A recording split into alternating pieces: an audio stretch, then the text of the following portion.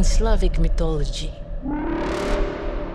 the Kikimara is a spirit that exists in the shadows.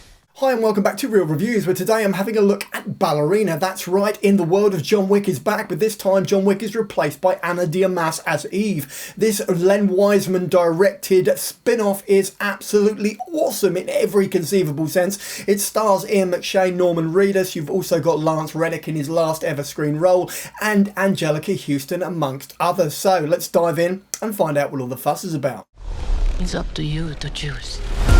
For those audiences that didn't think that Ballerina was actually going to amount to much and that Ana de Armas was going to be little more than a flash in the pan as Eve, rest assured the entire opposite is true. What you get is a solid foundation laid down in the first 10 minutes, which gives her all the motivation that you could conceivably want from a John Wick movie, because rest assured this is very much in the world of John Wick.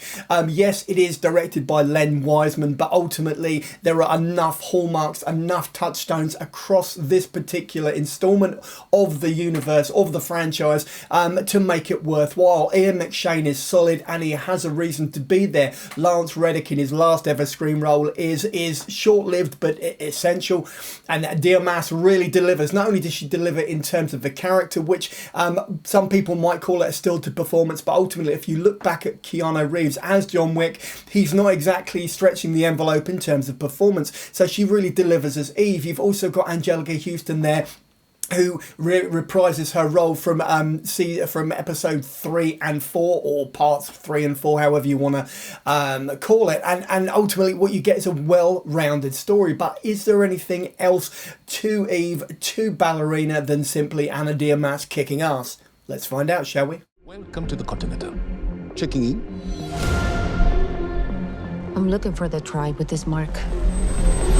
So essentially what you get is a further expansion of the John Wick universe. Yes, Gabriel Byrne does rock up and he does deliver quite a convincing bad guy. As I say, de Armas is front and centre.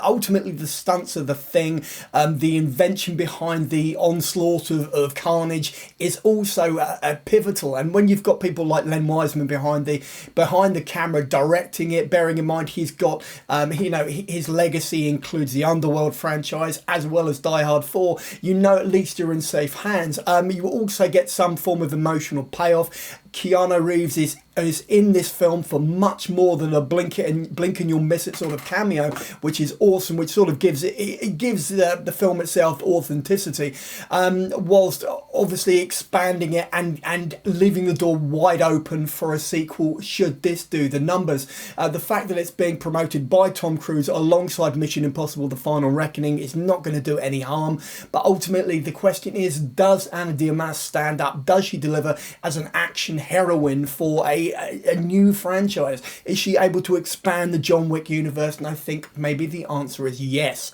So on that note, we're going to dive into my rating. Let's do that. To know is what got us banished from the Garden of Eden. Are you prepared to be cast out again, Eve?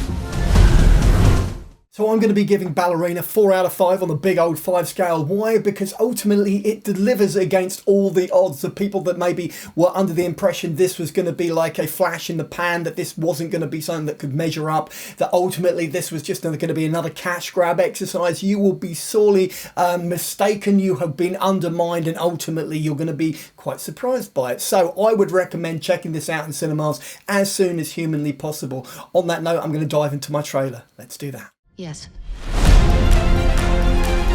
I'd like to go. And so it is, you've reached the end of another video review, this time for Ballerina in the World of John Wick, starring Ana de Armas, Ian McShane, Lance Reddick, Norman Reedus, and Gabriel Byrne, and Anjelica Huston. So this is a bit where I go, if you've liked the video, then give me a thumbs up. Failing that, you can just drop a comment in the comment box below and I will respond. And finally, just subscribe so that every Tuesday and every Saturday when I drop another of these videos literally into your lap, you'll get a little notification. You can pop in and watch or listen to as much or as little as you'd like, and then go about your day. In the meantime, check out the rest of the channel and maybe pop over to the Patreon page. Take care. Cheers now.